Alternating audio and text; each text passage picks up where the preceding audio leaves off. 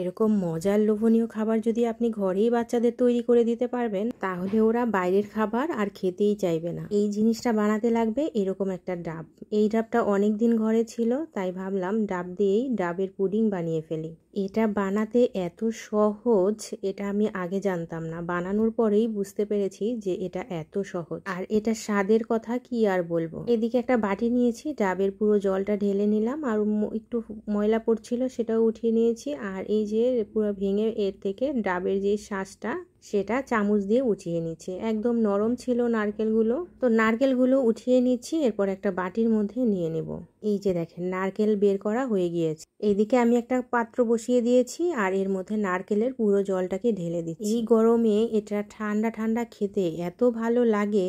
তো আমি এখানে স্বাদ অনুযায়ী একটু চিনি মিশিয়ে দিচ্ছি। আমি এখানে প্রায় 2 চামচ পরিমাণে চিনি এখানে দিয়ে দিলাম। এবার একটু নেড়ে নিচ্ছি আর চুলার জালটাকে একদম হাই হিটে দিয়ে দিলাম। চিনিটা ব্যবহার করবেন আপনাদের স্বাদ অনুযায়ী। তো এটাকে গরম করে নিচ্ছি। আর এইদিকে আমি নিয়ে নিলাম একটা বাটি আর একটু ডাবের জল নিয়েছি।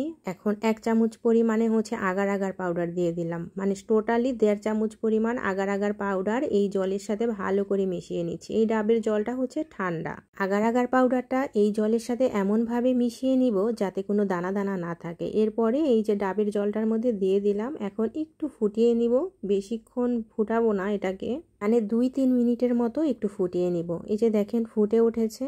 এই পর্যায়ে ফুটে উঠলেই চুলার আঁচটা বন্ধ করে এটাকে একদম ঠান্ডা করে নিব। আবার বেশি ঠান্ডা করতে যাবেন না, মানে অতিরিক্ত যাতে গরম না থাকে। এদিকে এই যে আমি একটা পাত্র নিয়েছি, এখন পুরো জলটাকে ঢেলে দিচ্ছি। আমি মনে হয় লাস্ট সব থেকে যে ডাবের পুডিং তৈরি করলাম। এর আগে কিন্তু সবাই তৈরি করেছে, আমি অনেক ভিডিও দেখেছি, তবে আজকে আমি বানিয়ে ফেললাম। এইবার হচ্ছে আরেকটু ঠান্ডা করে নিচ্ছি। আর দেখেন আমাদের পিচ্চি দুইটার জন্য এই যে ছোট ছোট কাপ নিয়েছি, এখন এখান থেকে উঠিয়ে নিয়ে নিচ্ছি। ওরা দিয়ে দিল যে এটার মধ্যেই তারা জেলি খাবে। ওদের জন্য বসিয়ে দিলাম আর একটু নারকেল দিয়ে দিচ্ছি দুইটার মধ্যেই। আর এইদিকে এটা একটু নেড়ে নেড়ে ঠান্ডা করে নিচ্ছি। আর মোটামুটি ঠান্ডাও হয়ে গেলে এর মধ্যে এই যে নারকেলগুলোকে দিয়ে দিচ্ছি। কিন্তু ডাবের জলটা মিডিয়াম গরমে আছে, তো এই যে নারকেলগুলোকে চারপাশে ছড়িয়ে ছড়িয়ে পুরো জলের সাথে মিশিয়ে দিব।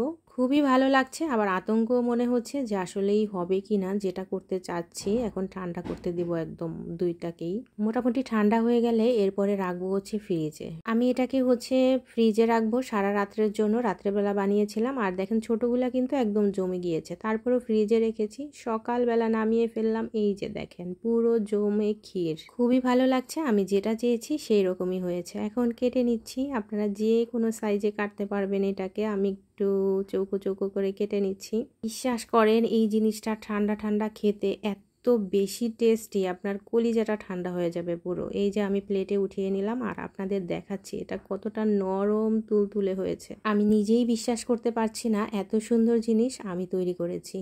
তো একবার হলেও বানিয়ে খাবেন এইভাবে। তো আমি একটু খেয়ে দেখাচ্ছি আপনাদের। তো সবাই ভালো থাকবেন, সুস্থ থাকবেন, কথা হবে।